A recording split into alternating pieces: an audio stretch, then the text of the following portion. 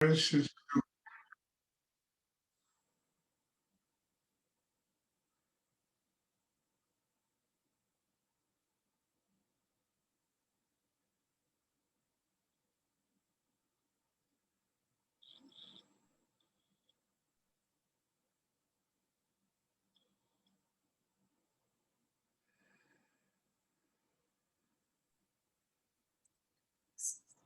Stuart, yes. when you are not in meditation, but just, with people in general, how do you, where do you focus or how do you open to keep that flow outside of the direct meditative state between you and other people? Look, uh, how do I do it? I do it by having attended hundreds of meditation classes and having built an inner life that is strong enough to create a bridge between this class and everything else I do in my life.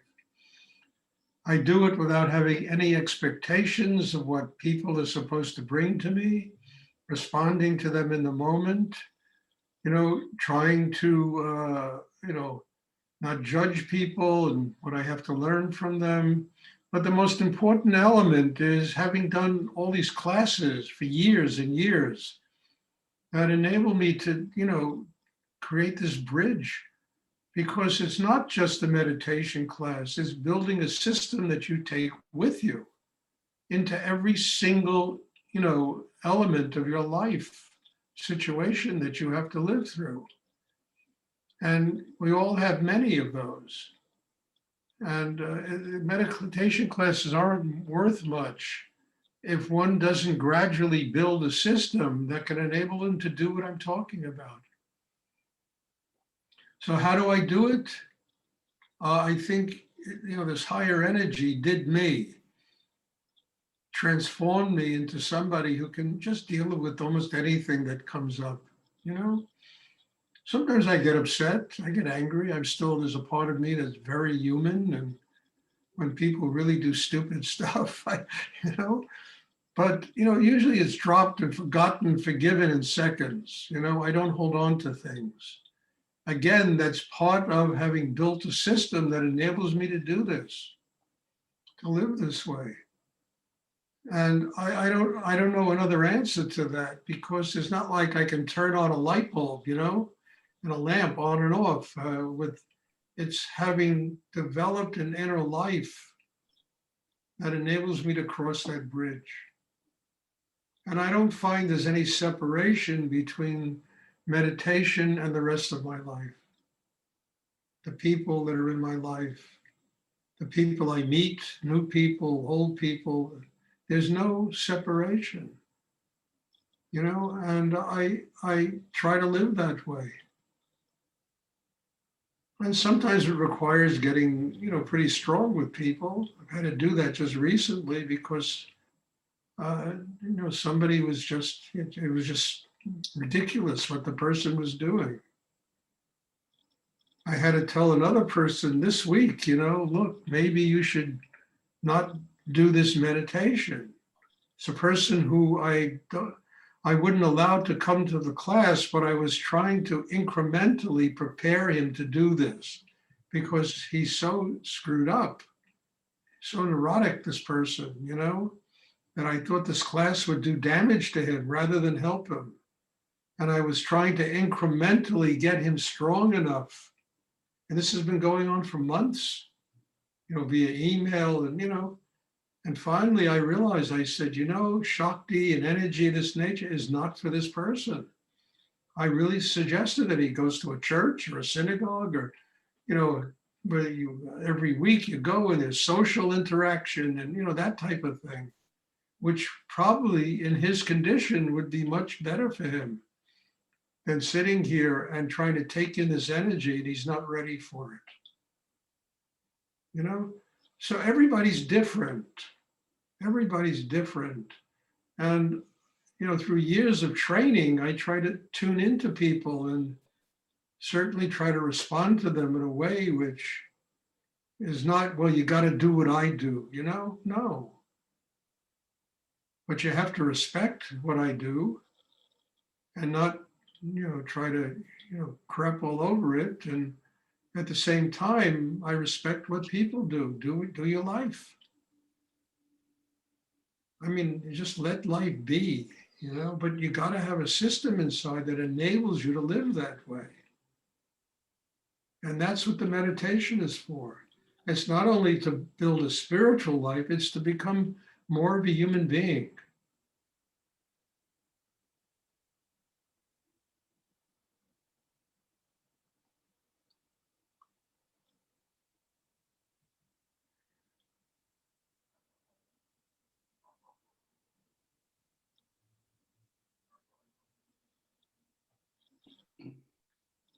And it helps me with it helps me with everybody in this class because everybody's different, and everybody has something really important to teach. And also everybody's a little screwed up inside, everybody has anger and upset and problems. And I can't treat one person like I treat another person. I mean, there are people I literally tell, I don't want you to come to this meditation. Your karma, your life, your energy, the way you treat other, this is not right for you. I don't know if I can teach you unless something drastically changes. Because I'm not looking for students here. I'm looking for people that want a spiritual life, that are willing to surrender and go deep and use what is available. Not spend their time criticizing and this and that, take what's available. This is a miracle that's going on. So there are people I don't think the meditation is right for. And I try. And if it doesn't work, then okay. There's always something else that will work for them. Everybody is different.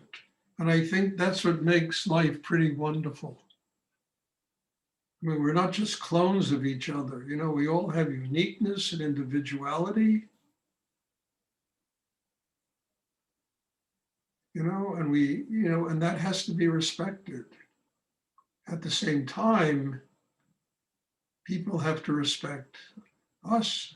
You understand? They can't come and crap all over us and tell us what they think we should do and how, I had somebody said, I'll only study with you under these 6 conditions. I mean, I really mean this. And I said, well, go study somewhere else. I'm not interested in your conditions. This is what I do. Well, I'm not interested. Go study somewhere else. I mean, imagine me going to Rudy and saying, Rudy, I'll only study with you under these conditions. I mean, they kicked me out the door. I mean, it's like Milarepa telling Martha, I won't build you houses, but I want you to be my teacher. I don't like building houses. I mean, he built 13 houses. My God, the guy became a saint doing that. I can't imagine what he had to fight in himself to do that. What kind of surrender took place inside him.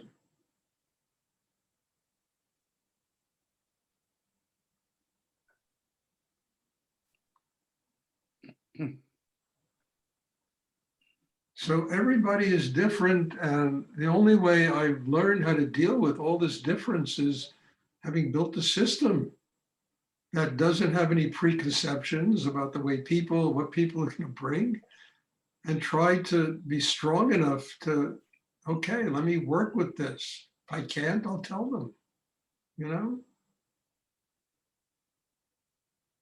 And you got to learn this. I mean, look, the first place you have to learn this is in family. Of course, there's nobody in one's family that's going to do that. It's just guaranteed somebody's going to do something to annoy you, in a family.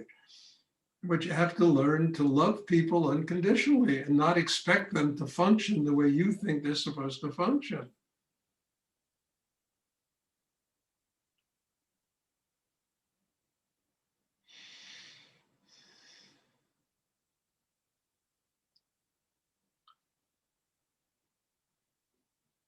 So the only answer to that, Wendy, is years of doing inner work.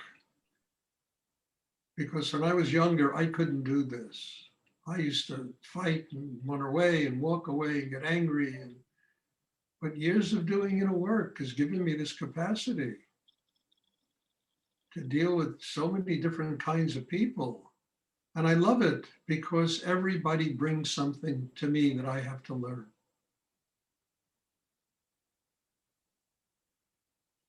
It used to be much more. I mean, my God, when I was in business and teaching in prisons and this, the endless stream of people that came through my life. I mean, when I had a gallery in New York, every Saturday, 10 to 15 people would come there to meditate with me every Saturday. And at the same time, I had to sell art. I had to live, and I had people, meditation, healings, this, it was like unbelievable what used to go. I mean, I know Chris isn't here tonight, but you could ask her. She used to work for me.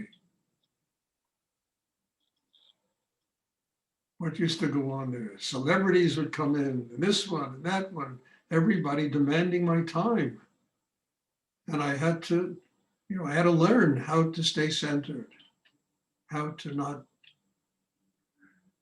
how to do, like to be Shiva, you need 8 arms to do everything and stay centered,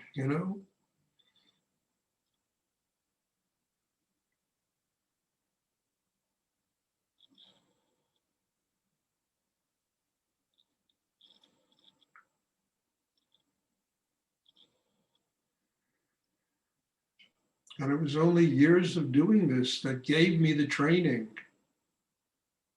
to be able to do what I'm talking about.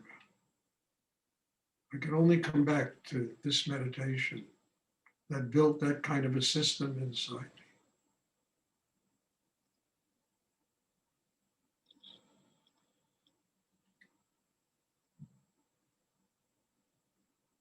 Does anyone else have a question they would like to ask? Thank you. Welcome. Not question, but I am Japanese. Can you hear me? Yes, I hear you very well. Okay, good. All right. I training by like a Shinto, so believe every mountain, ocean, nature. To me, Jesus is like a knowledge, to understand something. So you had a great Jesus spirit guided you for a moment. The experience is really, really striking to me. And thank you so much for telling about that You're story. welcome. Look, I've known you for so long, and I told you the day I met you and saw you dancing, I knew I've known this person forever. It's really true. And it's a joy for me to pass this on to you. I remember you used to entertain in my lofts and parties, and I was just, to me, when will this take place? That's really what it came down to. And years later, it all came together. So it's here for you to take, it's here for you to take, dear. Take it. Thank you. You're welcome. Does anyone else have a question you would like to ask? Yes, Stuart. Yes. First, let me say that in the time I've been with you, I really have gained a sense of the chakra system, and I see it as a resource of all the most wonderful human qualities. Mm-hmm. It's an emerging understanding on my part. I don't want to call it a mature understanding, but it's an understanding that is in fact emerging. My question has to do with the chakra-based meditation technique itself. The what? The double breath meditation technique itself. Yeah, okay.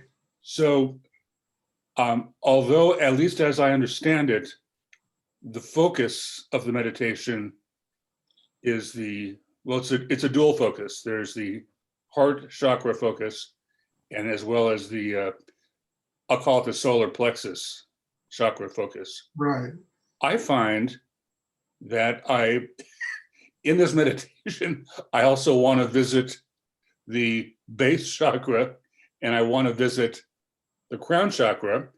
My question is your recommendation that the double breath meditation remain as it is strictly defined between the heart Well, and solar plexus? let me explain, okay? The double breathing exercise, its purpose is to open the entire chakra system. First element is one has to stay focused at the root, It's 9 at the o'clock. core. And by being focused there and breathing there and opening that chakra, you build strength that enables you to then open the heart chakra and keep it open. The heart chakra is like a lotus flower, you know, and it really has a stem, it has roots. And when those roots are solid inside you, then the heart chakra can stay open. You swallow in the exercise to open the throat chakra, which is essential. The mind is located right below the navel throughout the entire exercise. That will quiet the mind, allow knowledge, wisdom, energy, Shakti come from the universe to open the third eye. As the third eye opens, you begin to see with an inner eye that enables you to distinguish between reality and illusion. It enables you to receive the incredible wisdom that exists in the universe, that the universe is dying to give you, but we're so congested with all our thinking and tension that there's no room for it. When you bring a piece of your attention to the base of the spine, you draw the energy through the sexual area. That energy, as I've said many times, it undergoes a rebirth. It's the union of the male-female principle. That rebirth will activate Kundalini. When Kundalini is activated, it will flow up the spine to the crown chakra, and it will open the crown chakra. So this meditation is really working with the 7 basic chakras. But in order to make it work, we need to be grounded. I can't repeat this enough, because if you activate Kundalini and you're not grounded inside, it could do more damage to you than good. You understand? If you spend all your time meditating on the third eye, it could do more damage to you than good. If you just meditate on the heart chakra, it's not going to stay open. It needs roots. It needs foundation, the strength to keep it open. All of the chakras need roots. It needs foundation. It needs the strength to keep them open, and they're all connected. So the double breathing exercise, as Rudy once said, is like playing a one-man band. It really has to do with a holistic approach to opening inside and doing deep inner work. Because every single chakra is a link to higher energy in the universe. Every chakra has a purpose. And doing the double breathing enables the Shakti to flow inside you and to open and strengthen the entire chakra system. There's a little exercise you can do, but don't do it a lot. Do it maybe once in a class. You can take a little breath and breathe it right up into the crown chakra. That will open the crown chakra. It's a very powerful exercise. I don't spend 20 minutes doing this, but maybe take one breath into the crown chakra. That will open the crown chakra. It will also draw the Kundalini energy up into the crown chakra. So this is a holistic, this is Whole Foods here. You know, it's a holistic approach to meditation. And in many ways, it's complicated and it's also difficult, but at the same time, it's very simple. Getting grounded. And by getting grounded, opening the heart, that allows energy to flow from the mind, to the chakra below the navel. That allows you to receive higher energy, spirit, knowledge, wisdom. That allows the throat chakra to open by just simply swallowing. And what is the throat? That's the whole way we communicate. It's sound. It's such a profound energy, the energy, the Om sound, the energy of sound. And it works throughout the entire system that way. the double breathing exercise is like a miraculous thing that Rudy developed. I've never met another teacher outside of his lineage that does that. And frankly, I've met teachers in his lineage that don't do it like that. They focus on the heart center, they focus on the third eye. I mean, I don't know, what they do, but it's not what I learned from Rudy.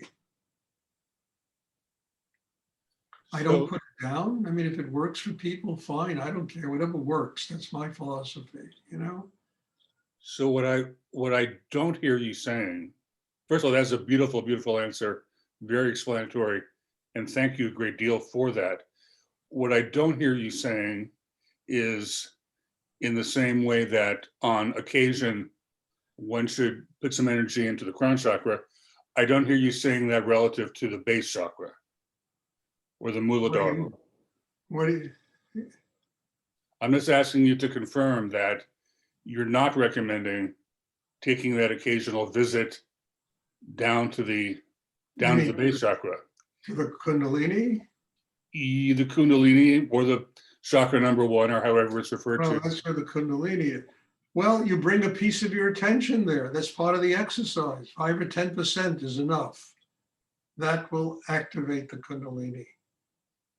That's also part of the exercise, to bring 5, 10% of your attention to the base of the spine.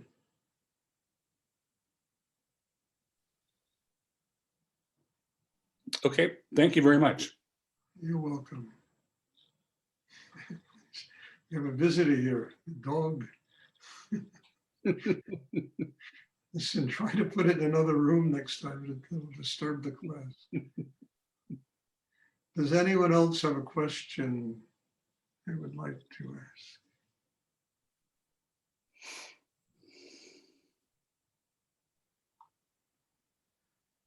Okay, if there are no more questions, then, thanks. God bless you all. There'll be a class on Wednesday. Today's Monday, right? Yeah, there'll be a class on, I don't even know anymore what day of the week it is.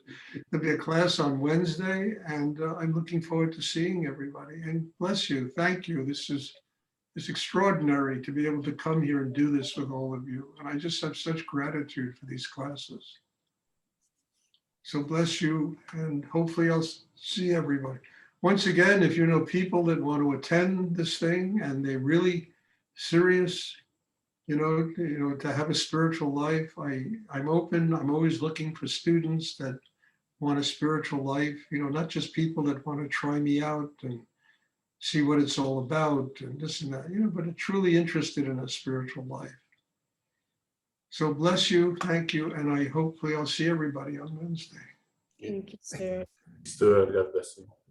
Thank you, Stuart. Good night. Right.